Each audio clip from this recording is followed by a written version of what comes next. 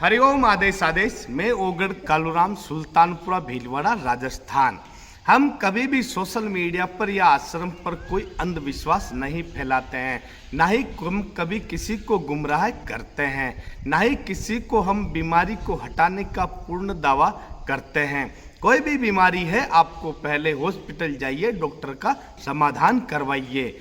ओगढ़ कालूराम जी के द्वारा किए जाने वाले परम कर्तव्य हमेशा गौ माता की सेवा करना, समाज कल्याण करना, समाज सेवा करना और छोटे छोटे बाल बच्चों को पढ़ाने के लिए पढ़ाई लिखाई की सामग्री वितरित करना, यही ओगढ़ कालूराम जी का परम कर्तव्य है। आश्रम पर जो भी आता है उनकी समस्याओं का निवारण बिल्कुल निःशुल्क किया जाता है। आश्रम पर किसी भी तरह की कोई ठगाई या पैसा या चार्ज नहीं लिया जाता है। केवल हम आश्रम पर आए हुए भक्तों को महाकाल के आशीर्वाद से उनकी समस्याओं का निवारण करवाते हैं। तो यहाँ पर बिल्कुल निःशुल्क समाधान किया जाता है।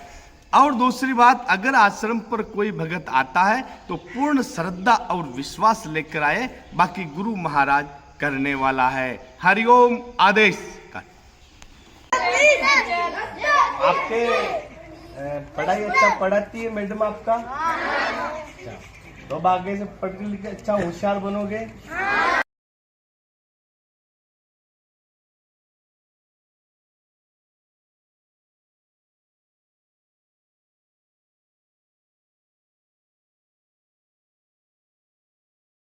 गाँव में अरे फालतू घूमोगे तो नहीं, इधर उधर बराबर पढ़ाई करोगे, माता पिता की आज्ञा का पालन करोगे। हरिओम आदेश आदेश। मैं ओगढ़ कालूराम, सुल्तानपुरा भीलवाड़ा, राजस्थान। सर्वप्रथम मैं मेरी सभी माताओं बहनों गुरु भाइयों को तहे दिल से बार-बार प्रणाम करता हूं। जाने अनजाने भूल में कुछ गलती हो जाए तो हमारे को क्षमा करें।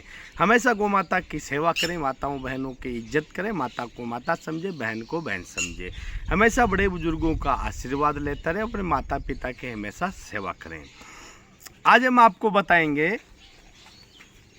कि अगर आप जैसे कोई सिद्धि में, कोई साधना में आपको सफलता नहीं मिल रही हो, या बार बार सिद्धि और साधना करने पर भी आपको फल की प्राप्ति नहीं हो रही है, तो आप इस तरह का आप एक आजमाइश करके इस टोटके के प्रभाव से आप जो भी मंत्र शब्द का जप कर रहे हो, तो इस टोटके से आपको पूर्ण तरीके से फल प्राप्ति के अपना विचार बन जाता है।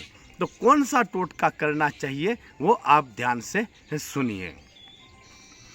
कभी भी आप साधना करते हो तो हमेशा ध्यान रखें, अपने मन को बिल्कुल पवित्र रखें, अपने मन में अच्छे विचार रखें, गौ सेवा के प्रति गौ सेवा की भावना रखें, किसी को सताएं नहीं और अच्छी तरह से नियम का पालन कीजिए।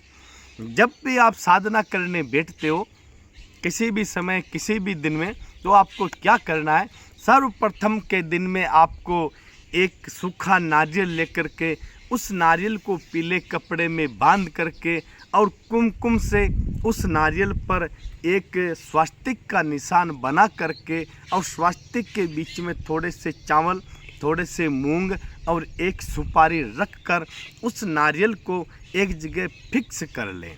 साधना का दिन चाहे कितना भी हो, तो उस नारियल को सर्वप्रथम साधना करते समय उसी समय शुभ मुहूर्त में नारियल की स्थापना कर दीजिए। फिर आपका जो भी कर्म करना है, आपको मंत्र जप करना है, वो नारियल एक ही जगह रखना है। नारियल के नीचे 1 किलो या 2 किलो गेहूं अवश्य रखें, गेहूं के ऊपर नारियल को रख दीजिए।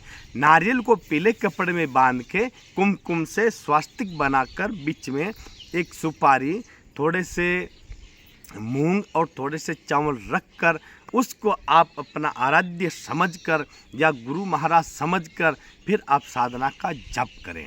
जब आपकी साधना 21 दिन तक पूरी या 51 दिन तक जो भी है वो पूरी होने के बाद में उस नारियल को, उस गेहूं को आप कहीं अच्छे पानी के अंदर छोड़कर आ जाइए या बहते हुए पानी के अंदर छोड़कर आ जाइए।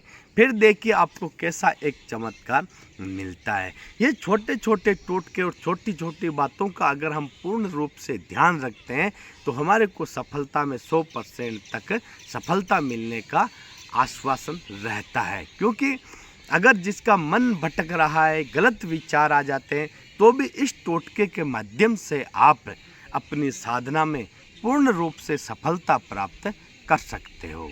तो हरिओम। आदेश आदेश अलख निरंजन।